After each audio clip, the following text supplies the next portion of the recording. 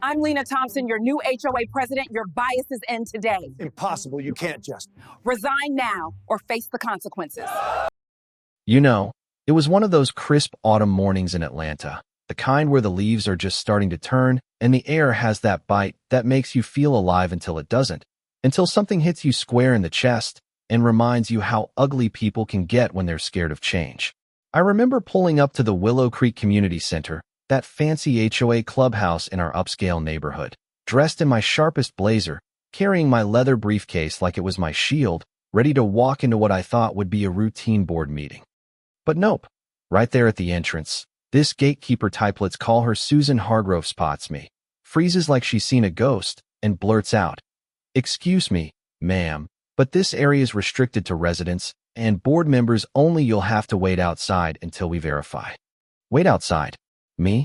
Lena Thompson, who'd just been appointed as the new HOA president for Willow Creek, but keeping it under wraps for this exact reason to audit the place without them rolling out the red carpet or hiding their messes.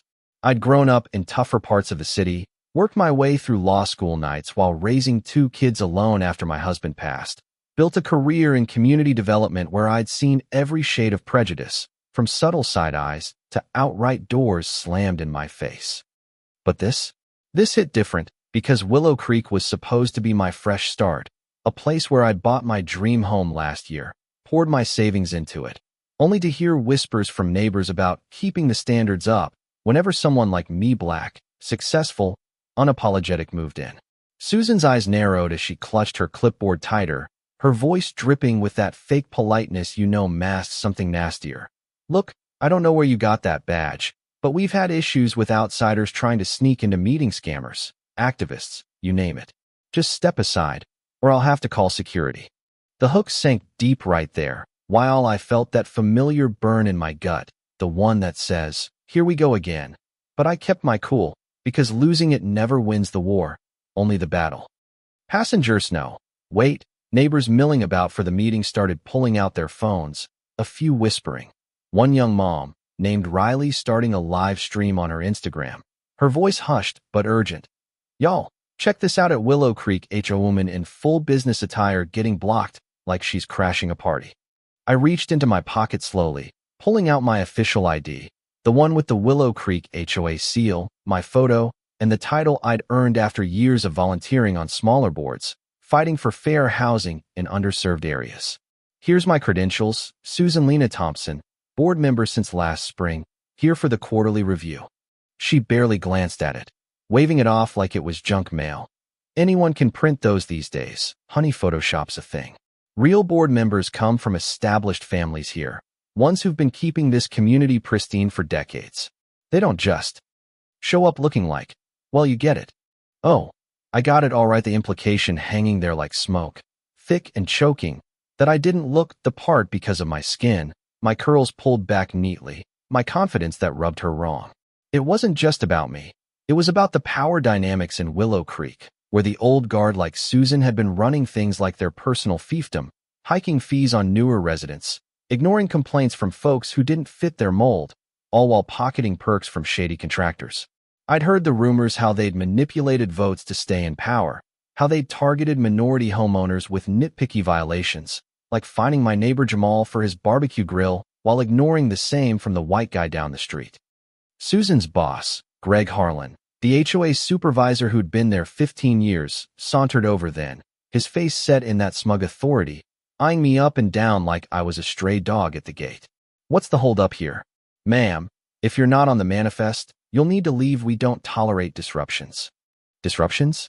I almost laughed, but it came out as a sigh, because deep down, this was exhausting, the constant proving yourself, the mental tally of every microaggression that builds like bricks until you're carrying a wall on your back.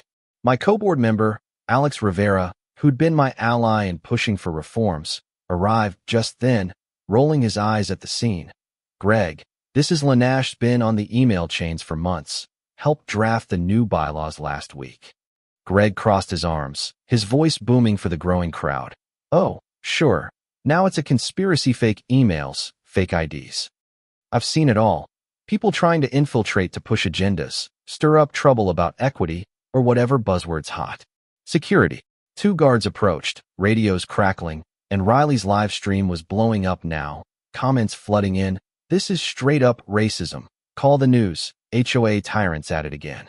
I knelt to pick up my scattered papers bylaws, audit reports I'd prepared at dawn over coffee, my log of community complaints showing patterns of bias, and felt that shift inside, from hurt to resolve, because this wasn't new.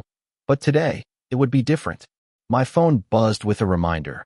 Executive session at 9 a.m., where I'd present my findings to the full board. Perfect timing, I thought, whispering it under my breath as the crowd murmured. Greg snatched my ID from the guard who'd actually checked it. This could be forged dark web stuff. After all the fraud we've dealt with, we can't take chances with suspicious folks threatening our way of life here in Willow Creek. The word suspicious landed like a slap, echoing the deeper fears these folks weren't just biased. They were clinging to power because change meant losing control, meant facing how they'd rigged the system for years, favoring their cronies with lower assessments while burdening others. Susan piled on, her voice shrill. Exactly, Greg he got standards to uphold. Can't let just anyone waltz in and demand changes. Alex stepped up again. You're making a huge mistake, legit, and this is going to blow up. But Greg waved him off. Standards. Alex, real leaders earn their spot through years, not handouts.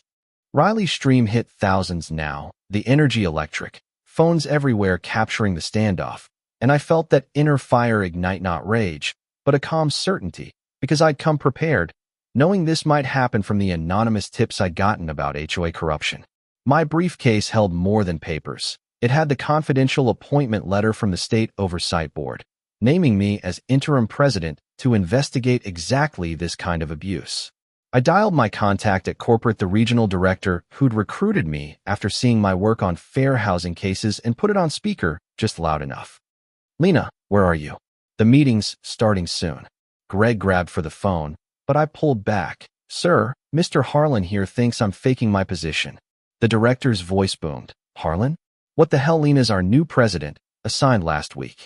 Get her in there now, or explain why we're delaying reforms. Greg's face paled, but his ego kicked in, stubborn as a mule. Could be a deep fake call. You read about those. Not falling for it. The crowd gasped, Riley zooming in. Plot twist. Wiles doubling down. That's when the local news van pulled up outside. Reporters rushing in after catching the viral stream. Microphones thrusting forward as the reporter, Jamie Cortez, announced. Live from Willow Creek, allegations of discrimination at HOA meeting. What's going on here? I smiled then, for the first time, checking my watch, a simple Timex my late husband gave me. Symbol of perseverance, and opened my briefcase fully, revealing the stack. The appointment letter signed by the CEO, legal docs on HOA violations, a recorder I'd activated at arrival. Mr. Harlan, M.S. Hargrove, there's been a mix-up about who I am. The room hushed as I held up the letter. I'm Lena Thompson, HOA board member, but as of this morning, I'm also the new president, here for an unannounced audit of operations and bias complaints. Gasps rippled through, Greg stammering. Impossible, you can't just. But I could, and I did, because the board had chosen me specifically for my background, knowing the whispers of favoritism and exclusion that had driven good families away, costing the community in lawsuits and reputation. Riley's stream exploded, comments like, she's the boss, fire them. And fire them I did, but not before laying it out, my voice steady, drawing from years of advocating in courtrooms where I'd faced worse. This audit's documented everything: your refusal to check credentials, the accusations based on looks, the patterns of selective enforcement that hurt families like mine. I pulled up my tablet, showing slides. Title VII violations, state human rights laws, real-time social media backlash where Willow Creek bias was trending, our community fund dipping from bad press.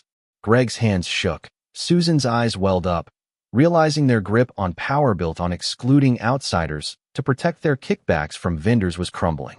You set us up, Greg muttered, but I shook my head. No. Your biases today got files on your rigged elections, the fines targeting minority homes while ignoring others. Resign now with severance, or face investigation. They signed, shoulders slumping, as the crowd cheered softly, the news camera rolling, and I felt that release, not vengeance, but justice, like exhaling after holding your breath too long. From there, it snowballed. We implemented zero-tolerance policies that day, mandatory bias training for all staff, AI cams at meetings to flag discriminatory language, a $100,000 community equity fund for affected residents. The board backed me fully in an emergency call, stock in our partnered real estate firms stabilizing after initial dips, and competitors in nearby HOAs announced reviews, the ripples spreading like wildfire. Susan later taught diversity workshops at a local center, owning her mistakes in classes that changed minds. Greg consulted on ethical governance, his reckoning turning him into an unlikely ally. Me? I sat in my new office overlooking the neighborhood park, watching kids of all colors play, knowing we'd built something better, not perfect, but accountable. 6 months on, Willow Creek's model incidents down 85%, satisfaction up, scholarships for young leaders from underrepresented groups. But here's the thing that keeps me up sometimes. Was it too harsh, firing them on the spot? Or necessary to shake the system? In communities like this, where power hides behind standards, how do we balance mercy with justice without letting bias fester? I'd love to hear your thoughts. Drop a comment below. Share if you've faced HOA drama or seen change like this. Did I go too far or not far enough? Subscribe if these real-life turnarounds hit home, because stories like this remind us change starts with one stand, but it takes all of us to make it stick.